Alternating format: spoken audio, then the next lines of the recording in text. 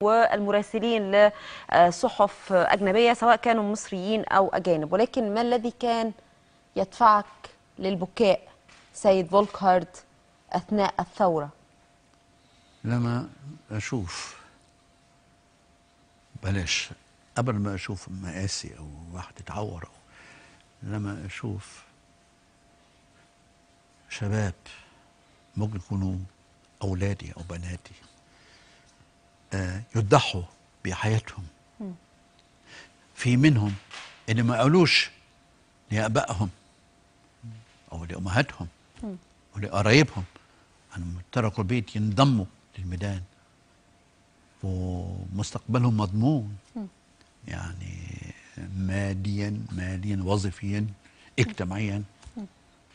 هؤلاء يضحون بحياتهم، وبعضهم ضحوا بعدد كبير يعني بعيونهم.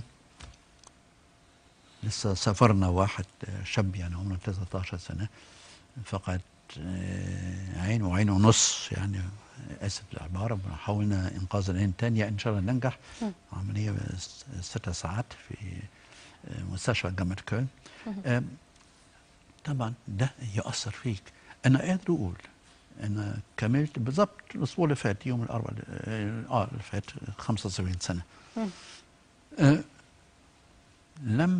لا أتذكر بسهولة موقف مثل هذا الموقف في ميدان التحرير بعد ثالث يوم أو رابع يوم من وجودي مع هؤلاء الناس.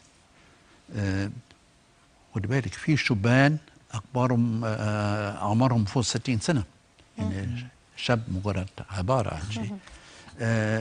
هذه